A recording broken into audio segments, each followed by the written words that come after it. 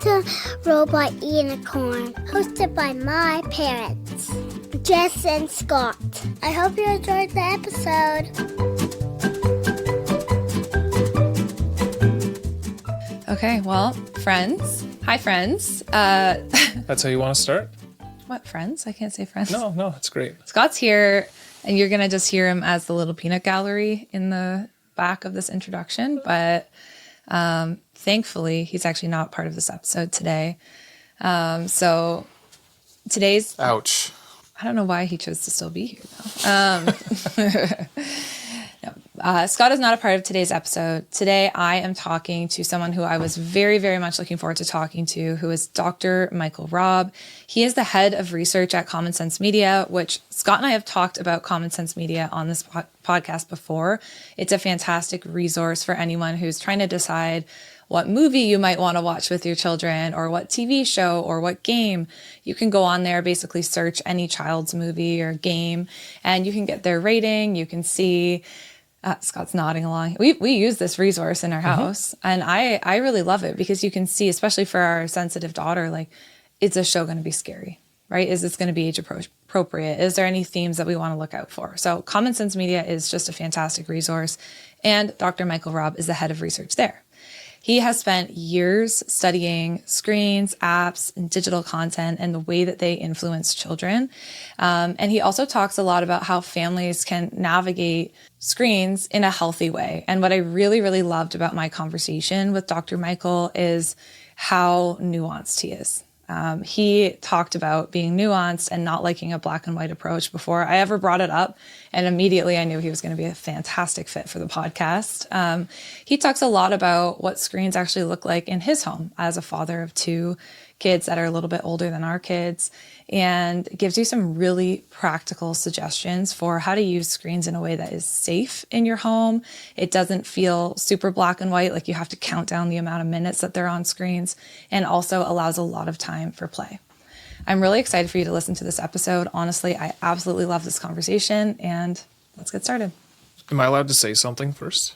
You're not going to see me on the screen because I'm not recording myself. I knew you were going to want to say something. I said to him, I'm here, and I wanted to be... Get in. Just come on in right beside me here. Oh, I thought we were going to share a mic. I thought that would be cute. Oh, no. I don't want to show you. What do you mean, ew? Okay, this is ew. No, this is good. Okay. Here's my microphone. Okay. For anyone watching or not watching the video, Scott has moved his microphone right beside me here. He's basically like cuddling me. No.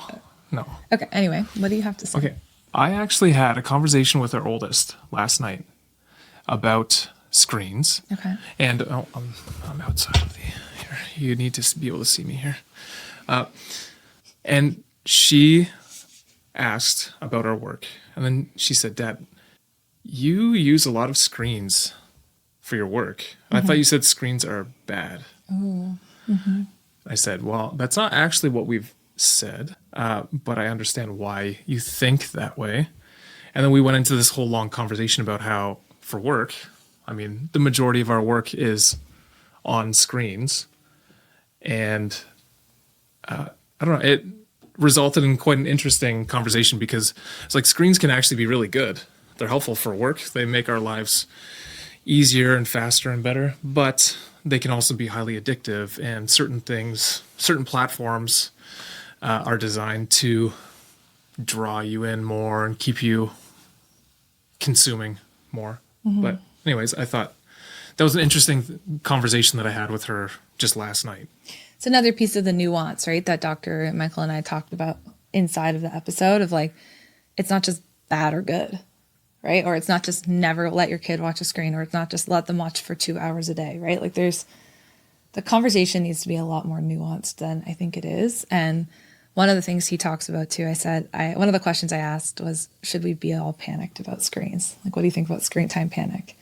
And I loved his response was, I'll let people listen to it, but his response was about how he doesn't love panic and making parents panic. And I don't know, I loved his perspective. It was so good and aligned with how we talk here. And I'm really excited. I think it's a very necessary conversation. And great. Yeah, I can't wait for people to hear from him. And I'm glad I was able to somehow insert myself into this episode. And you can see me on screen if you're watching on YouTube. He's quite close. I knew. The funny thing is, I said to Scott, I'm like, I'm gonna record this intro. You're gonna be in the room, and you're really not gonna say anything. And he's like, no, I won't say anything. But of course, he couldn't hold back. I said something of great value, so that's why I was a part of it. Well, thanks for your contribution, and let's get to the real expert here on screens, and let's get to Dr. Michael Robb. Dr. Michael Robb, welcome to Robot Unicorn. We're so glad that you're here. Thank you. I'm very happy to be here. I would love to start with just you introducing yourself in your own words. I know we've already introduced you, and telling us a little bit about what makes you passionate about what the work that you're doing. Sure. So I'm the head of research at Common Sense Media, and I've actually been studying kids in media for about 20 years. And my work started a long time ago when we had a whole different set of concerns about tech and media. So I started off doing work back when baby DVDs were a big thing, and we were doing work studying whether baby DVDs could help or hurt early language development.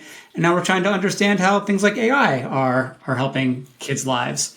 And the thing that keeps me passionate is that I genuinely actually really love media and tech. I use them. I like using them with my own kids. And I think that's why I'm interested in just making sure that kids have healthy and positive tech environments to grow up in. Yeah, I love that. And I think this is a great place to start, because a lot of times parents, when we talk about screens or social media or TV or even, baby DVDs, I remember when those were very controversial. There's a lot of panic that comes up for parents and families. And I think a lot of times the question is, should it be nothing? Should we not use screens? Am I a bad parent? So can you talk a little bit about, especially right now, I feel like there's a lot of panic around screens. What do you feel about the current screen time panic that so many parents are facing right now? Yeah, I don't know that panic really serves anybody well. I completely understand why parents feel anxious about screen time. Like, it is everywhere. And I think if you were to just kind of read just the headlines in the news, like, it often makes it seem like screens are, they're ruining childhood. It's, bad for so many reasons. But I think the reality is, when you look at the research, that screens themselves aren't inherently good or bad. And I know this is, maybe the nuanced take that not everybody wants to hear, but what really matters is how kids are using them, when they're using them, who they're using them with, and whether they're crowding out other important things that we know are important for kids' lives. I'm not anti-screen at all, right? I try not to have panic in my life. And in my own family, we love watching TV together at night. It's a great way to unwind and laugh together. And if that means like there's going to be an extra hour of screen time on top of whatever else the kids did during the day, like I'm trying not to sweat that. What I do care about is that the kids are still doing the things that I know that they need to do to be healthy and to do the things that I know are important for development. Beautiful. I love that. Something that we talk about a lot on the show is nuance. And a lot of our episodes, we're like, you're not going to like what we have to say, but there's actually nuance here and there's gray area. And I think that's harder to find in the parenting space right now. I think it's easy to, there's a lot of fear mongering. There is a lot of panic. I'm like you. I also don't like to live with panic in my life. We also like using screens with our kids. And I think, the bigger question is, do we have room for these other things in our children's life as well that are really important? So what's one thing that you wish parents would stop worrying about, that you see parents are really stressed about, and maybe one thing that we should pay more attention to? Well, so just going off that first question, I think I wish parents would stop worrying so much about the total number of minutes that their kids are on screens. Right? Life is very busy, and not every hour of screen time is equal, right? So, some of it could be for a family movie night or TV night. Some of it's FaceTiming grandparents or somebody who's elsewhere. Some of it's like learning something new on YouTube, or some of it's just watching something stupid on YouTube together that you can laugh at. So, in our house, we might have, like I said, a long day where the kids get more screen time than I'd ideally planned. But if they've laughed, if they've done their homework, if they spent some time reading before bed, If they went outside a little bit, gotten enough sleep, then I don't see it as a problem. Like, I actually kind of think we need to flip the lens a little bit so that you start worrying more about the things that we know are good for child development before we start worrying about like all the things that are, worrisome about screen use. Because if you can check off a lot of boxes, like I know my kid is doing okay in school, and I know he's doing his homework, and I know that he's going outside sometimes and getting, physical activity and getting enough sleep at night, then, whether they have the exact right amount of screen time or not, then it doesn't matter quite as much. Yeah, absolutely. I agree with you. And I think so many parents they're worried about that specific number of hours and making sure that their child stays within that. But that's not always realistic on a day-to-day. And sometimes there's more, sometimes there's less.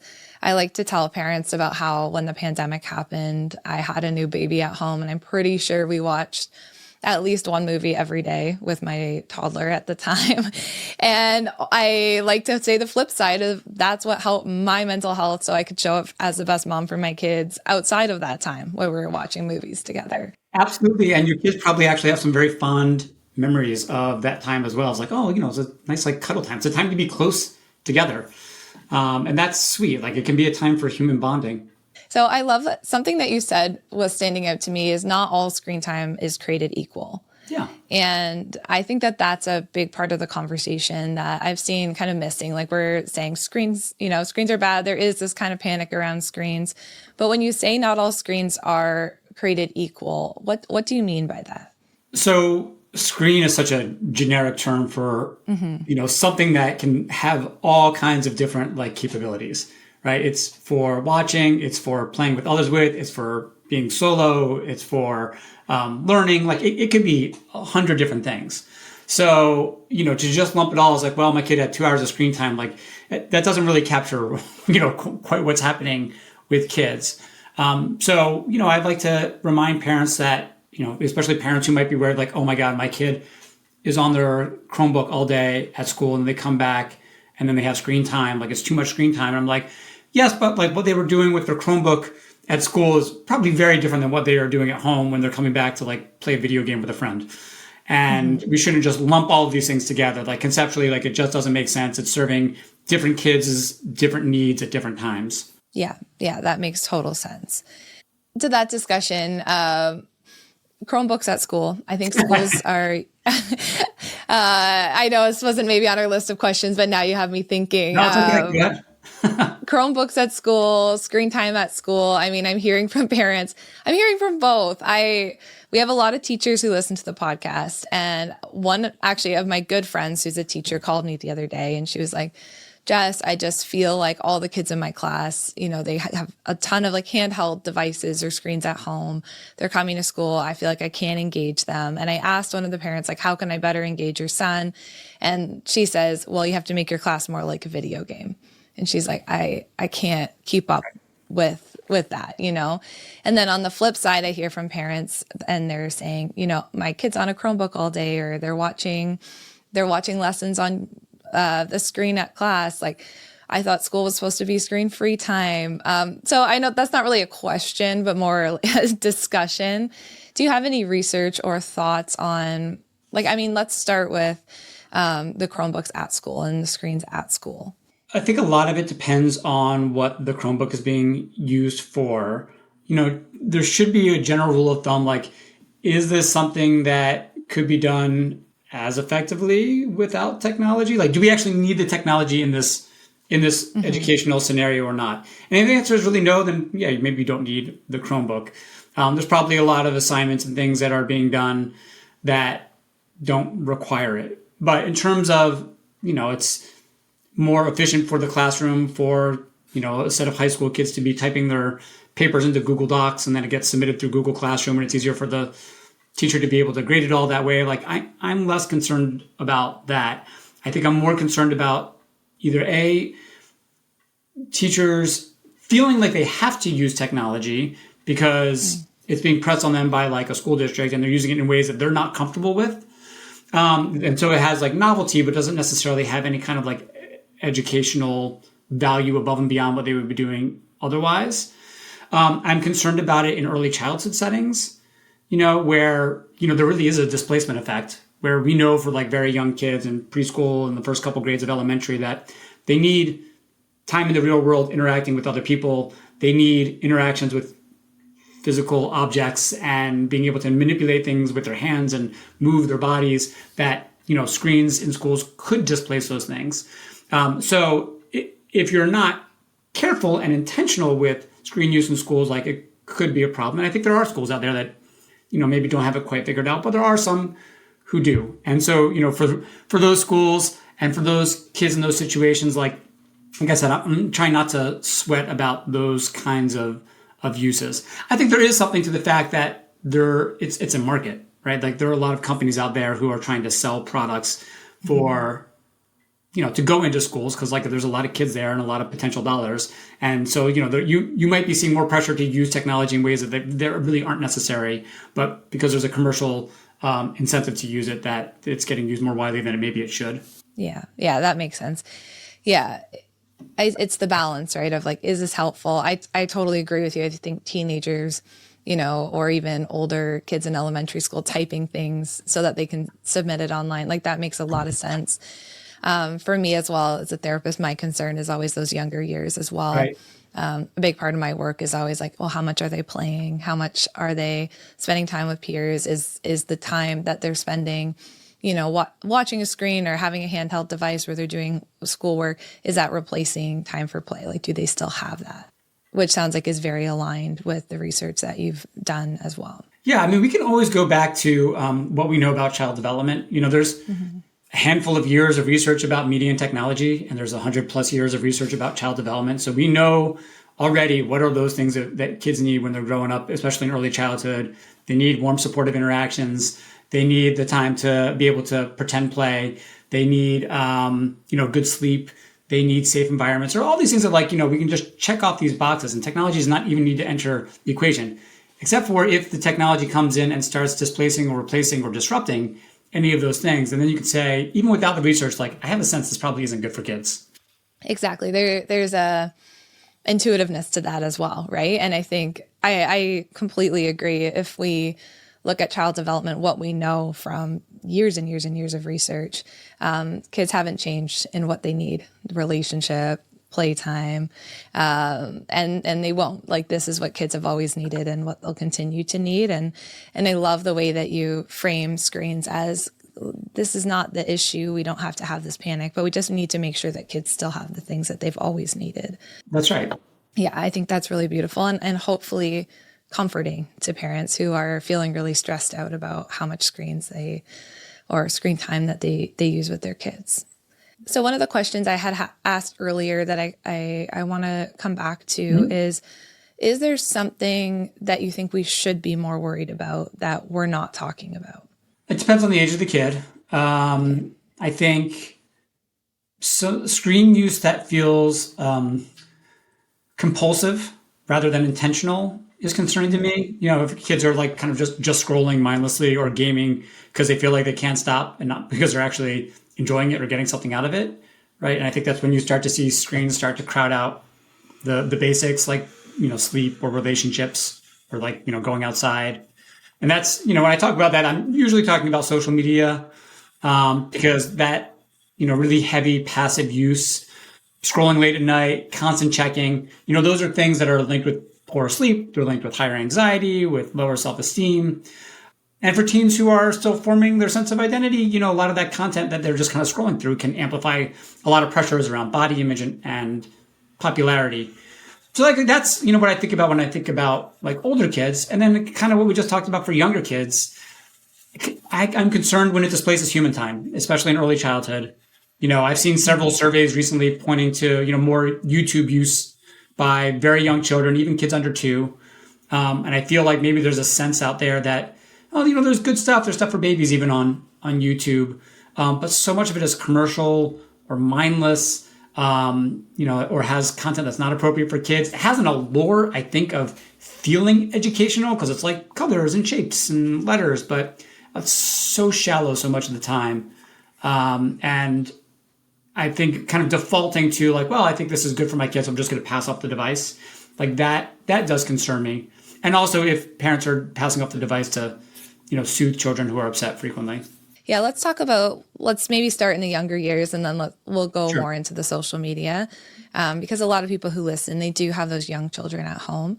And I think specifically what you're talking about in terms of using screens to regulate a child and keep them calm. I mean, occasionally is one thing, but all the time as a strategy is another thing. And then the type of content. So yeah, YouTube for a child under 2 is concerning and very young.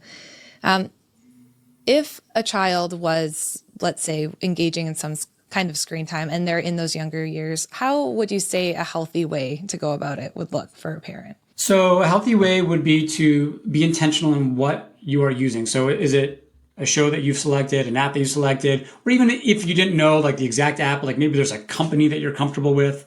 I like to point to like PBS Kids. Like I don't necessarily know every app that they have, but I'm going to feel pretty good that that's a maker that has made something that's good, that has been well thought out for children. So picking something that's like developmentally appropriate for a kid at that age, that it's a good match for, what that kid is interested in or won't bore them, or might be fun for them.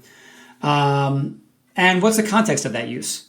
So is it just to soothe the child? Like that might not be a great use if you're using it that way all the time. Or is it, doing it sometimes because like the example I always hear is like someone's got to take a shower or do some cooking. Like that can be fine, especially if that's better than the alternative where you're fighting with your child for 15 minutes, when you're trying to get something done. So like there are those are the kinds of things, like what is the context? What is your child like? What is the content they are viewing? Like kind of seeing where those things interact, like can really help you, I think, to hone in on what might be good for your child at that moment. And then also, what are you potentially displacing? Like if you're going to be stopping a more enriching activity to do this, like you're calling them inside, or they're already playing with friends, and then you shift them purposely to something less engaging. Like that might not be a great idea. Yeah, and as a parent, how old are your kids? By the way, they're 13 and 11. 13 and 11. Okay, great. So we'll talk about your kids' ages because I feel like your kids' ages are kind of the prime age where I'm seeing my clients coming in and we have a lot of concerns. Yeah. My kids are a little younger. So my oldest is 8, and then I have a 5-year-old and a 3-year-old. And something that I've noticed is I really have to ask myself why I'm turning on, let's say, a show. We love PBS as well. And I feel like that's one of our go-to kind of channels or, I agree. We know that those shows are good. We thrived on Daniel Tiger in the pandemic. And like you talked about earlier, we look back at it with happy memories now. My oldest is 8 and she is like, remember when we watched Daniel Tiger every day for 2 years? I'm like, oh yeah, I do. And does she remember all the songs from Daniel Tiger? I bet she does. She sure does. Yes. But something that I've had to ask myself is, why am I turning it on right now? Mm-hmm. Is it because they're being so dysregulated and upset and I just don't want to deal with it? And is it a one-time thing? Like we're just having a hard day as a family and we just want to reset? Or is this becoming a pattern? And so I've had moments with even my own kids where I'm like, this show isn't working for us anymore, right? Like maybe the show we were watching that I thought was going to be fine ended up for one of my kids who's more sensitive. She just wanted to watch it all the time, and she'd see the TV and start crying and be like, I need to watch the show, like at all hours of the day. And so what I always like to tell parents too is tuning in with your own child and kind of seeing how the screens are impacting them personally. It's hard to give a rule of like, this show is no good, like is always no good, right? So the one show my daughter wanted to watch was Gabby's Dollhouse, which is, lots of lights and colors and things change really quick. For 2 of my kids, it was totally fine. They could watch one episode and move on with their day. The other child just became hooked and she talked about it all the time. And if she saw the TV, she started crying. And so those were some little red flags for me that I was like, okay, this isn't working anymore. We have to make a change. Is there any other red flags kind of like that you would say to parents, like, these are some signs that maybe the way you're using screens in your home just isn't working well for your little children? I mean, the way you described is a big one. Like if the use of screens is always associated with like really big emotions, especially when it's like ending, your child melts down every time the device or the TV goes away. Like, I think that's a pretty good sign that it might be time to recalibrate. I think if it feels like you are just constantly like battling screen time, I think everybody is to some extent, but like really in a way that's stressing you out, making your life miserable, making your kids' life miserable. Like that's an indication like, oh, there need to be some really clear expectations and rules so that you're not constantly negotiating. If it's just constantly negotiation like that, that's difficult for a parent and it's difficult for a kid. Like it's helpful for a kid to have structure and expectations about like, this is the time when you will watch this show. You get one of these episodes every other day, every day, whatever it is. But just know like when it comes off, here's the thing that we are going to transition to. And if you show me that you can't turn it off at the end, then the expectation or the consequence is we're just not going to watch it, right? Or we're not going to use that thing. But a kid has to have buy-in. And I would also recommend that parents work out that system with their kids to some extent. Ask them, like, what do you think should happen? What do you think you should do when this is over? Get them to have the buy-in. Because if they have buy-in, if they think that they were the ones who helped to set the rules, it's usually more likely that they will try to adhere to them. Yeah, I love that. I think creating the family rules together around screen time is so healthy and important for a family and gives a child the sense of choice. One thing just for parents as well, and I'm curious if you've done this in your home, is we've liked to set up little rhythms in our day around when we're watching TV or when we're spending time on a screen. My husband actually collects all old Nintendo gaming systems. And so that's what my kids and him like to do for fun if they're like playing a game. So they'll grab, like, he's got all these old, DS's, Game Boy Advance, that kind of thing. And they like to play that together. We like that because there's no access to the internet on it. So it works well. But we like to build little rhythms in when they do it. So for example, in our home, Friday night is movie night. And so every Friday night we pick a movie together, we order in pizza and we sit on the living room floor and eat it. And it's lovely. After school, they might get a little bit of TV time before dinner, and then that's it for after school. Was there any rhythms or routines or things that you put in place or even now, with your children that you found helpful in terms of when they were on a device or watching a screen? Yeah, we have screen rules in the house. And like I said, I'm not anti-tech. I like it. I just want it to be in balance. And we have different rules for weekdays versus weekends. So because on the weekdays they have school and they have activities and the expectation is that they're going to do the other things first. But on the other hand, like I'm cognizant, like, when they get back from school, like they're beat. They sometimes do need like a little break. So your mileage will vary. You have to do what works for your family, but they can have, they can have a half an hour every day when they come home from school to like just kind of decompress, whatever. And when that time is up, they can go on to do the other thing. But we have made it very clear that like there are some days where that's just not possible. You won't be able to get that full half hour, and that's okay, because sometimes we'll make it up in other ways, or we'll have a movie night or whatever. Similar to your family, we always have a Friday night pizza and movie, and that has been a really, really helpful and really bonding. Like I really enjoy that. And on weekends, the kids get more time. They get 2 hours a day to, do whatever it is they want to do. Even that still has some restrictions. I allow my kids some YouTube time, but not unlimited YouTube time.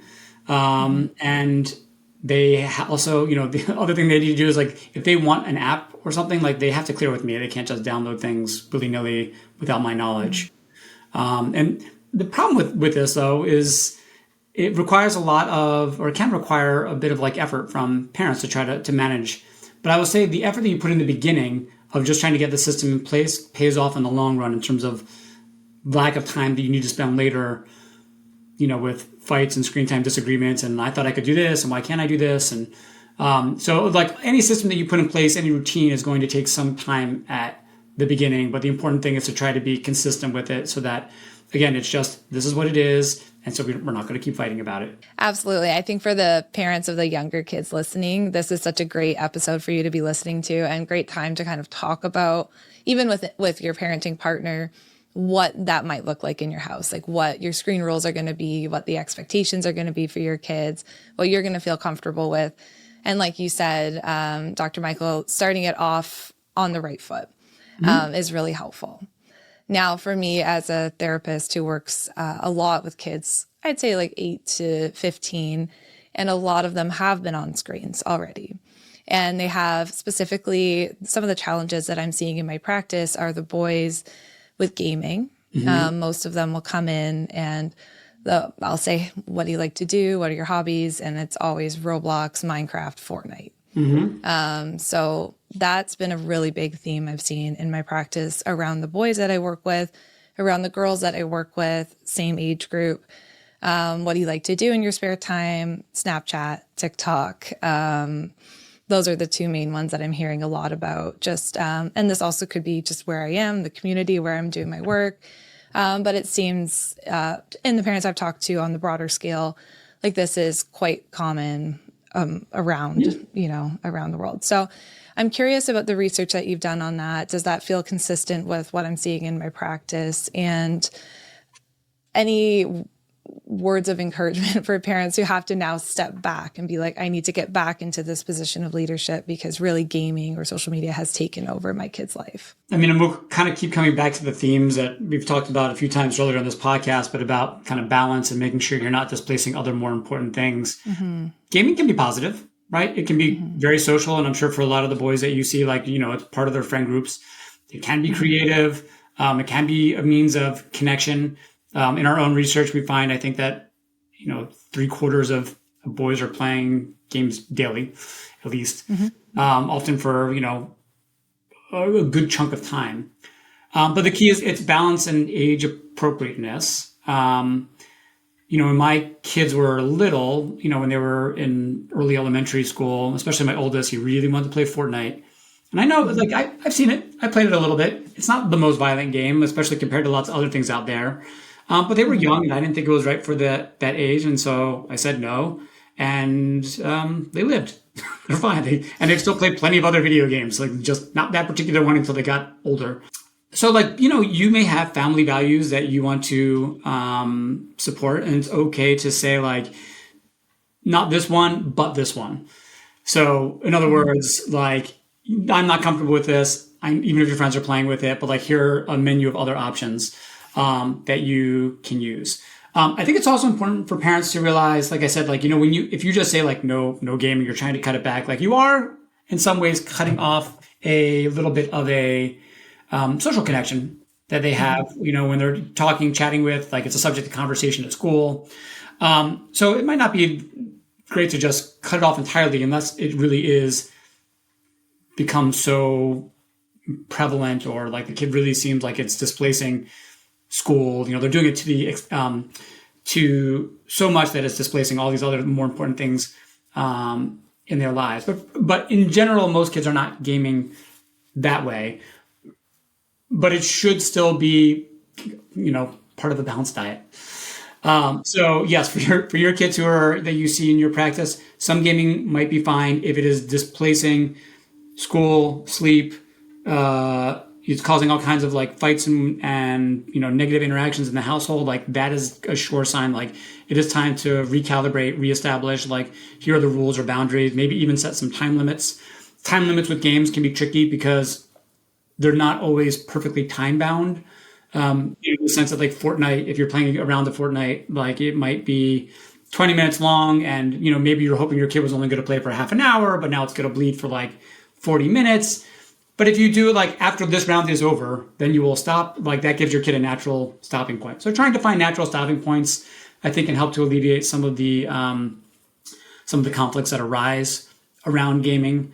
So much of what you said is so aligned with how I approach parents. It's a lot of the just having some of those boundaries, right? So for the parents I support, it's talking to them about screens in their rooms. Yep. When screens, that's being a big one, right? Not having a screen in the bedroom. And then when screens take over sleep, that's something that I'm seeing. Kids are coming in anxious, they're coming in with depressed, and they're struggling. But when we look, they're not sleeping because they're up all night playing a game. So Simple things like that to create changes that can feel healthy for the family. Yeah, that's a really good one in the sense of like, oh, I thought it was the gaming, but it's actually the fact that they're not sleeping well is the thing that is Yes. actually driving it. It's being masked by the gaming, perhaps. But that rule is such an important one. And it's like, oh, if I was going to recommend like what's one fairly low hanging fruit for a parent to take into their homes, if they're not already doing that, is to no screens at bedtime, keep the screens out of the room, charge your devices elsewhere. And start that, it may be too late for some parents, but if you can start it early, if you're the parent of a young child, you start that expectation early and make sure that the expectation around sleep time is probably reading. Like get that habit going real early so that just like, okay, yes, at 9:00, everything goes away, it gets plugged in the kitchen, we go upstairs and we do reading time, and that's just what it is. Because you are absolutely right. Like the lack of sleep associated with screen use is correlated with a lot of negative outcomes, anything from anxiety and depression to poor academic functioning. Yeah, I think that's such an important one to note. And parents often are like, oh, but their friends are playing late.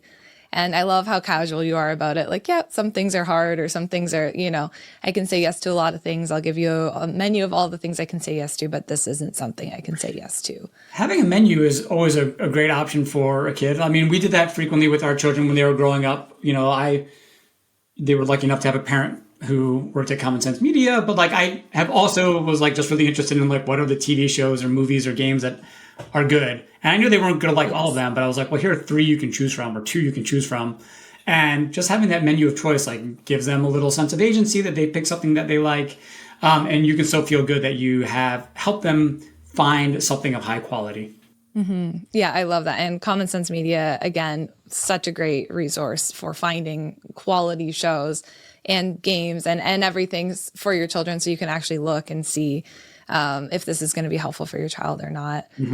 On that note, just one last thing about the games. I have a lot of parents come in very stressed out about their child's desire to play, specifically Roblox. And I'm sure you have children this age too. This is the game that they all want to play. They're often chatting with their friends on there, but there's also a lot of panic for parents around that game specifically. I'm wondering if you have any specific research or advice around that game. I mean, Roblox is a tricky one because it's user-created games, or there's so many of them. There's like a little bit like a YouTube of games in terms of like your selection. The first thing I would suggest is not to just wave it all off as like something that you don't, that you just don't want to deal with, because it is a huge game and lots of kids play with it. And there can be positive experiences to be found on Roblox. But I might start by like looking at the settings and turning on privacy and safety settings that are important, making sure their accounts are private, that they can't, accept DMs or talk to other people through Roblox, putting on content filters to make sure it's age appropriate. Lots of platforms, Roblox and others, have some form of like a supervised account or something that makes it a little stricter for kids. And just taking like a couple minutes to just look through those settings can make you feel a little bit better, at least that the worst harms of Roblox won't necessarily affect your child. But similar to any other game, like what are the rules for Roblox? Like what games are they allowed to play on there? How much are they allowed to play it? And is it causing a meltdown if like, when you stop, that it just becomes like a really, really stressful situation? If it's not those things, and my family has played Roblox. I have played Roblox with my kids. They actually, if you want to connect with your kids, just ask them to give you a Roblox tour. Like they will gladly spend a good amount of time showing you their favorite games and asking you to play with them. And I cannot guarantee you that every game in there is super high quality. And for my mind, some of them are quite stupid. But it is fun to play with your kid and to have them be excited to show you something to play with. So if you want to grow a garden with your kid, there are a lot worse ways to spend your time, and actually it can be a lot of fun. Yes, I love, love, love that you said that. That's something I suggest to all the parents I work with when they're panicked about their children playing games. I said, we'll play with them together, get them to show you. They would love to show you whatever, with Roblox or Minecraft, whatever it is. They would love to show you what they're up to and what they're doing. And then you have a common language and experience and you can kind of understand it better. I know for a lot of parents like myself who didn't grow up gaming, you're just like, oh, well, I'm not interested in that.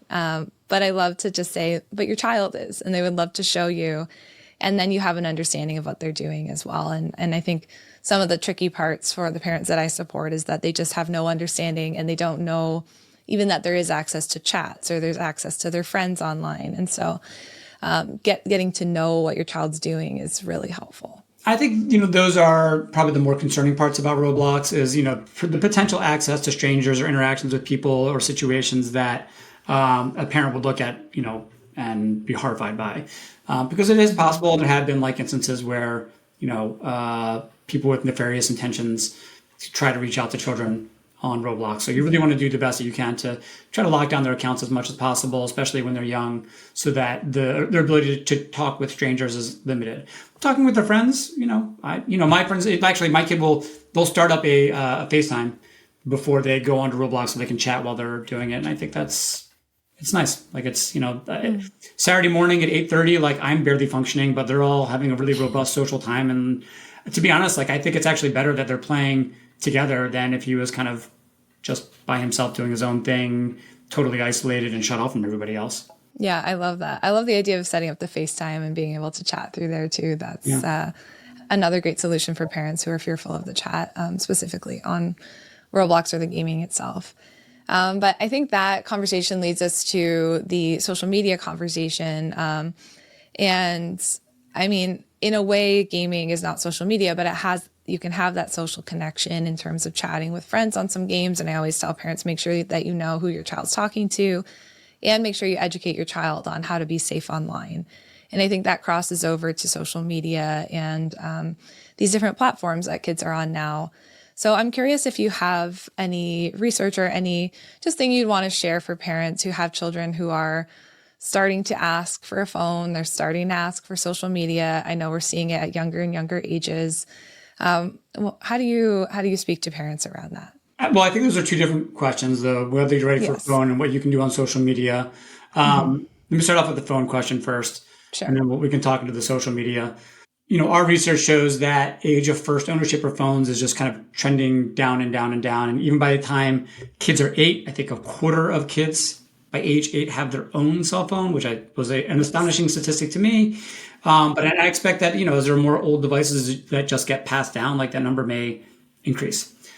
I have a 13-year-old, and he does have a phone that he got last year. And we started with a pretty strict phone agreement that set expectations for when and how it could be used. And even before that, we talked a lot about like, what is it that we need to see before we even consider giving you a phone? And I posted it on the refrigerator so you could see like, I love it. Here are the things you need to do before we can get you a phone. By the way, kids are very motivated by this. So like, get ready for them to be like really good rule followers.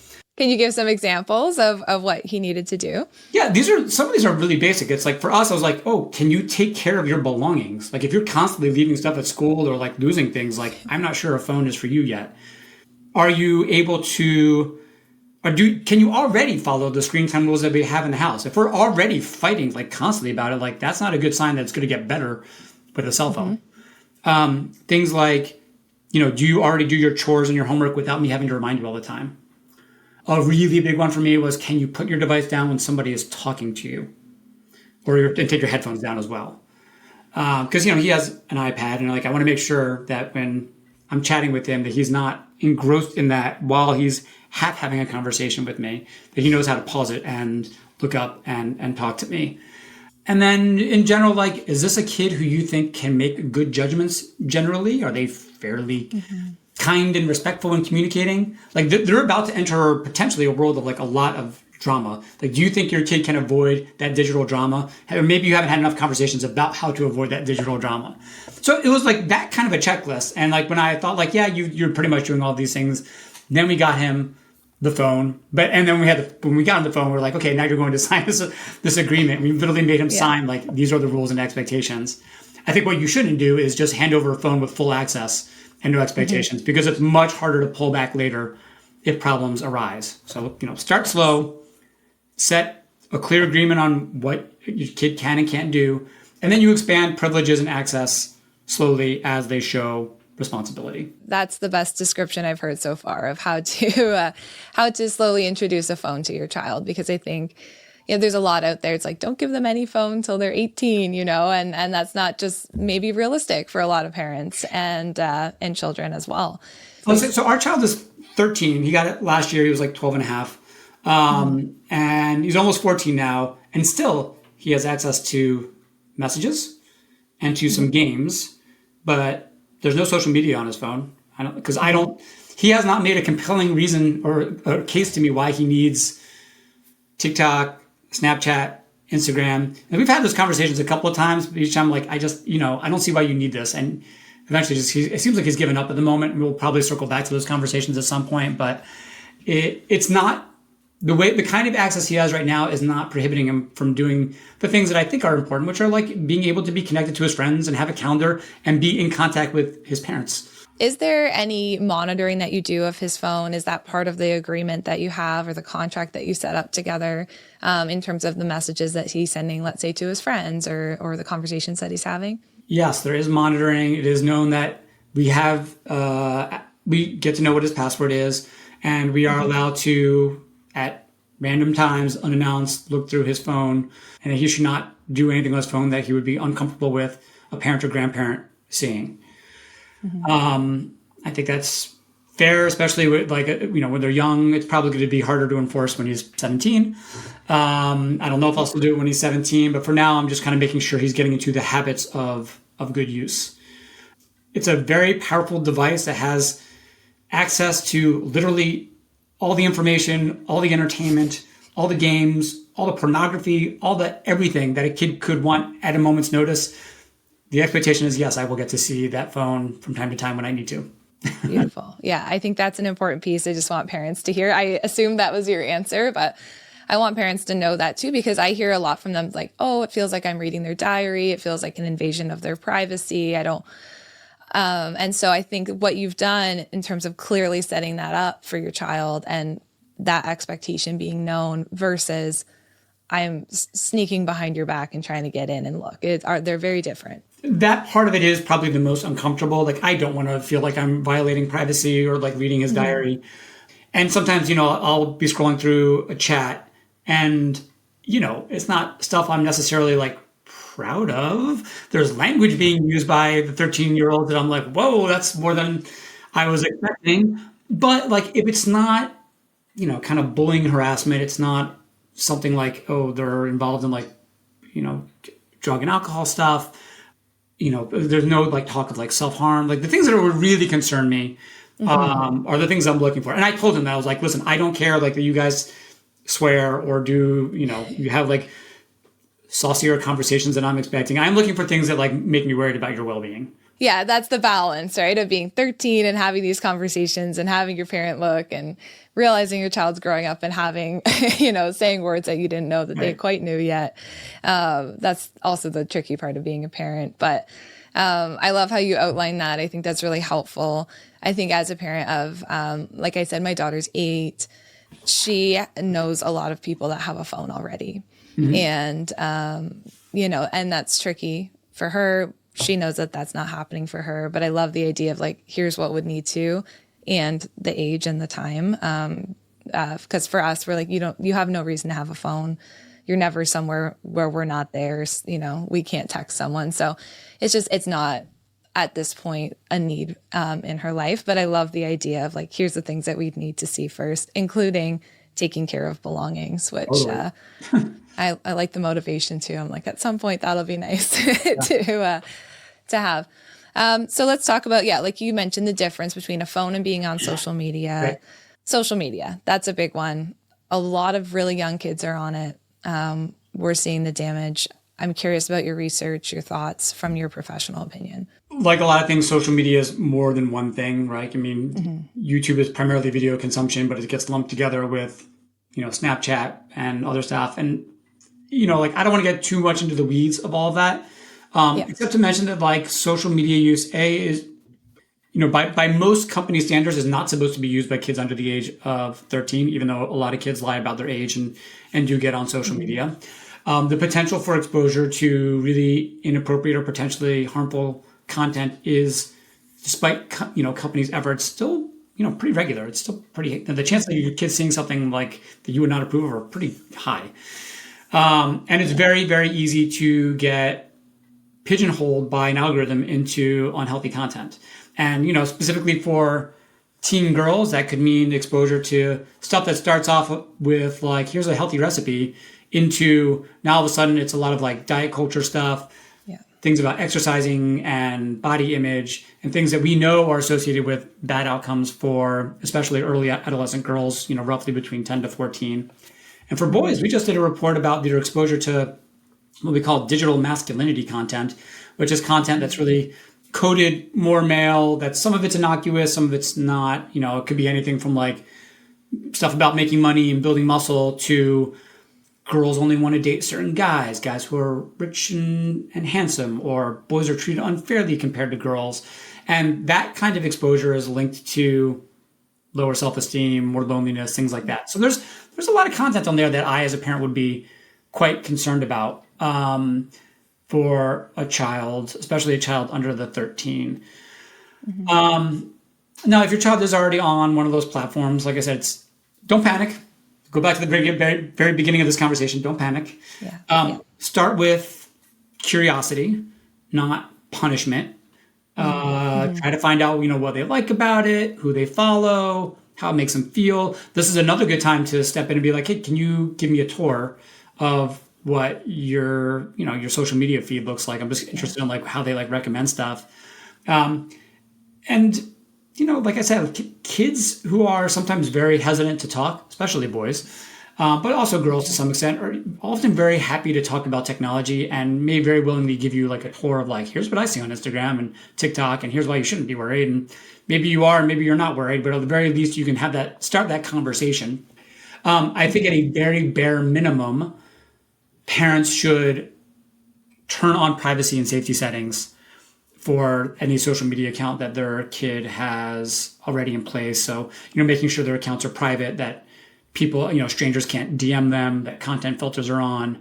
If there is such a thing as a supervised account, like that is on. And similar to what you mentioned earlier, like, and no social media, phones, whatever, in the bedroom after bedtime. You can protect, mental health outcomes that way as well. Yeah, I think those are all great pieces of advice for sure. I think having those boundaries and being the leader of that versus your child just has access to social media. We don't really know what's going on, but we let them download it because all their friends are on it. I think a lot of what you're talking about is being involved and being curious and trying to understand, like, why does this matter to you? Yeah. Why do you want to be on Snapchat? Like, why is that important to you? Help me understand it. Because there is, and you noted this earlier, and we've talked about this on the show before, but that need for belonging from our teens and from our tweens. And for a lot of them, that's why they're so desperate to get on social media. I think also, when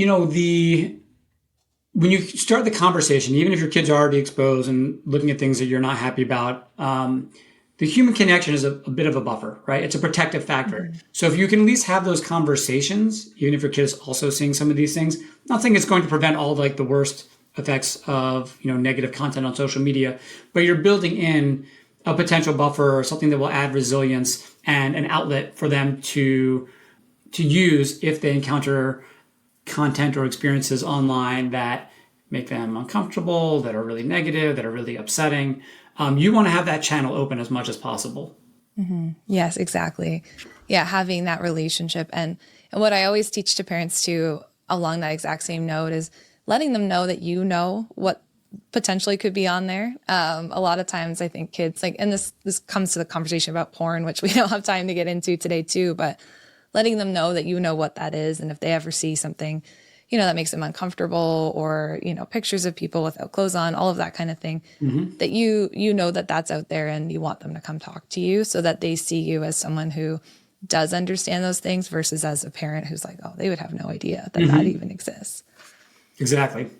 Just a few more questions, but you talked about your son or your child not having social media yet. Is there a time, or is there a strategy, or how will you know that they're ready and that you feel comfortable with them going on? I would want to first hear like a compelling reason why they needed this thing in the first place. I think if it was like, oh, I can't connect with my friends unless I'm on this thing, then maybe we can have that conversation. But for right now, it's mostly another entertainment source, and they already have enough entertainment sources that I'm not particularly concerned about whether they have this exact one. But yeah, I'd want to be able to see that that we've had this conversation a bunch of times, that they knew how to avoid getting involved in different kinds of drama, like at school or otherwise, that sometimes happen on social media. I'd want them to know that like I would still, reserve the right to be able to look through their social media feeds, and that there would still probably be limits on their accounts in terms of what they can see. It's interesting you asked that question. Like, I'm not sure I know exactly when yet. All I know is that my child doesn't need it yet. So I'm riding with that for now. I love that answer. That's such a real, honest answer, right? Because there really isn't. Parents always say, well, what age, Jess? What age should I give it to them? And I'm like, I can't give you an age, or like, on this birthday, this is when they should get it. And what I really love about your approach is that it's really empowering to the child. It's like, okay, well, first let's see how you are just with like a TV or a tablet. Let's just see, can you get off? Can you, it's like slowly kind of bringing it in versus just giving them a phone with everything on it and expecting them to regulate themselves on it. So I love your approach. I think it makes a lot of sense. If there was one message around screens, social media, I mean, everything that we've just talked about that you really want parents to remember, what would that be? And I know I hate my husband when we do these episodes together. He always asks me, what's the one thing, Jess? I'm like, I have 5 things every time. But if you can narrow it down to one thing. So the one thing that parents should remember, I think from just a well-being perspective, like you don't have to get this perfect. Yeah. Just try to stay connected, right? Like if you can kind of remember that, like that's at least a step in the right direction. Even in my house, we have screen disagreements. I don't always win. But I try to be consistent. I try to explain the why, and we keep talking. And I think that matters more than having perfect control. Parental guilt in this situation, I think, isn't useful. But like what matters more is just paying attention and making adjustments. And remembering that tech is just one part of family life, right? So like don't try to be perfect. Just be present. Like, I think that's my general philosophy that I think a parent should try to take with that. I love that. I think that's so encouraging to parents who are stressed out about it, just to know there's room for grace and there's room for your kids being mad at you and not loving your boundary or your rule that you make. And there's still room for connection within that. I think that's really beautiful. What's one thing that makes you optimistic about kids and technology in the coming years? That's a great question. I think kids they're getting savvier about manipulation to some extent, right? Mm-hmm. Teams are naming things about what's happening. They talk about doom scrolling. They talk about brain rot. I think that kind of self-awareness. I know. Yeah. Yeah. I think that kind of self-awareness can actually help you push back a little bit. Mm-hmm. And the other thing I think that makes me optimistic is like this next generation it's going to build differently, right? The kids who are growing up now are the first to live through this full impact of social media and now AI in childhood, and many of them don't love it and don't like their experiences on it and are thinking like, would I let my kid do this? So they're going to be the designers and the engineers and people who make policy in the future. And I'm optimistic that they will make something better because they lived through something that was worse.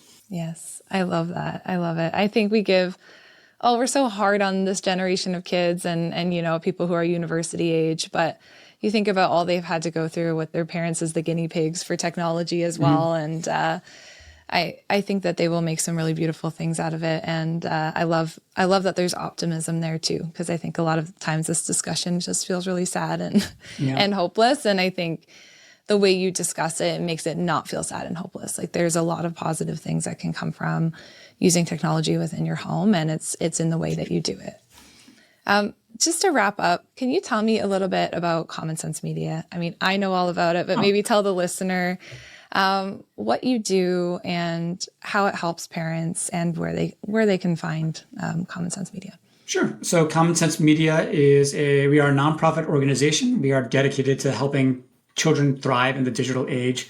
We're probably best known for our ratings platform. So if you ever search for Common Sense Media or search for a movie review or a TV review for a kid, you may have come across us, but we have a very well-designed rubric that we use to try to understand what movies and TV shows and games are developmentally appropriate based on what we know from research. So it's something a little more thorough than you might get from other kinds of rating agencies. And we have lots of lists and recommendations about like what's great for a movie night, what's a good game you can feel good about, what are games that are going to be great for like a long car ride, things like that.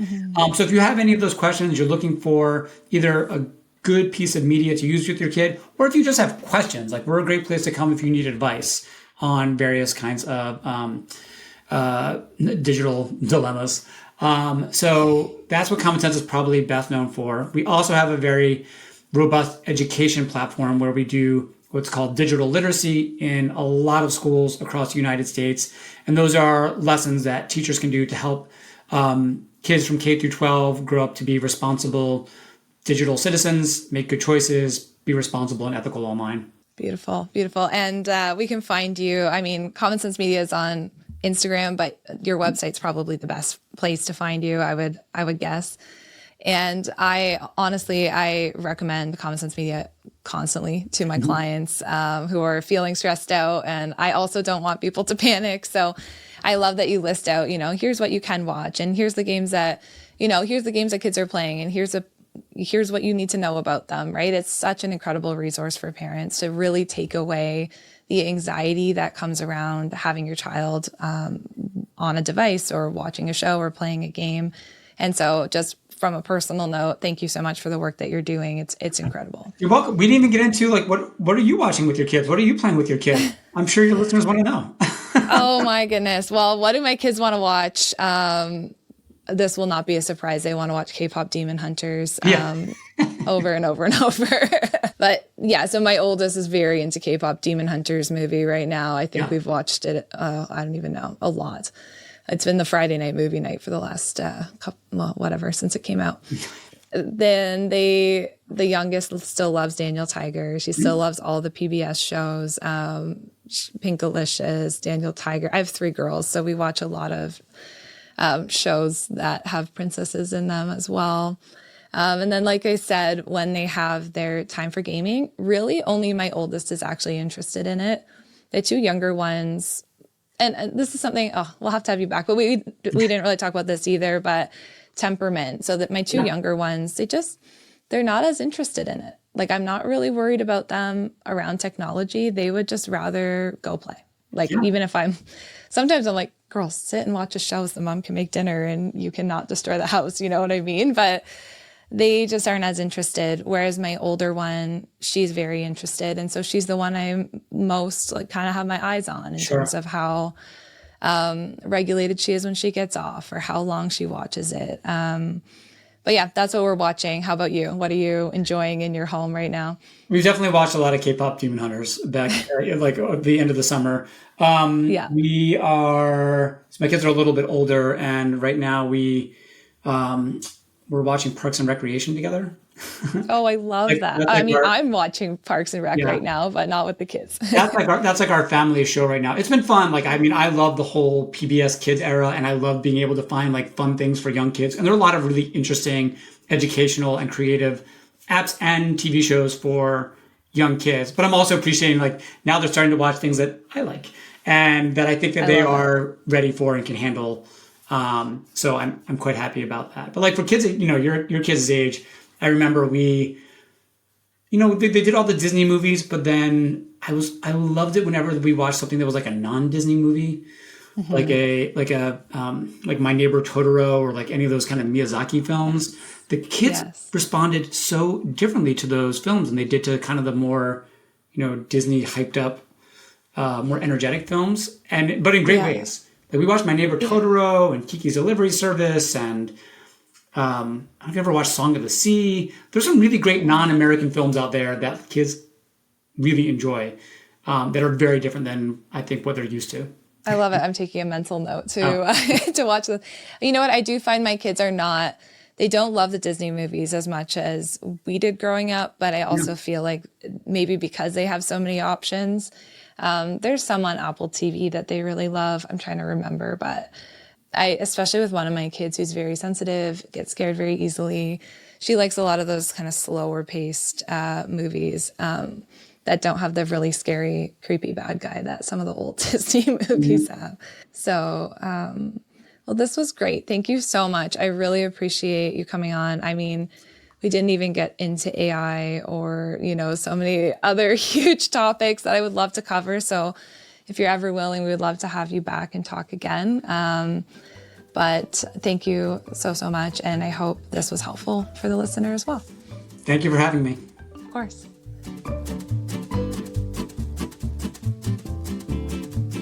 Hey, thank you so much for being here and listening to this episode today. It means the world to us to have you here. If this conversation was helpful for you, it would mean a lot if you could like and subscribe. That just shows us if the conversation is meaningful and helpful and helps it get out to more people. Also, I just wanted to let you know that every week we have a new episode drop. And if you want to be notified when that happens, just hit the little bell icon. Again, thank you so much for being here, and we will talk to you again next week.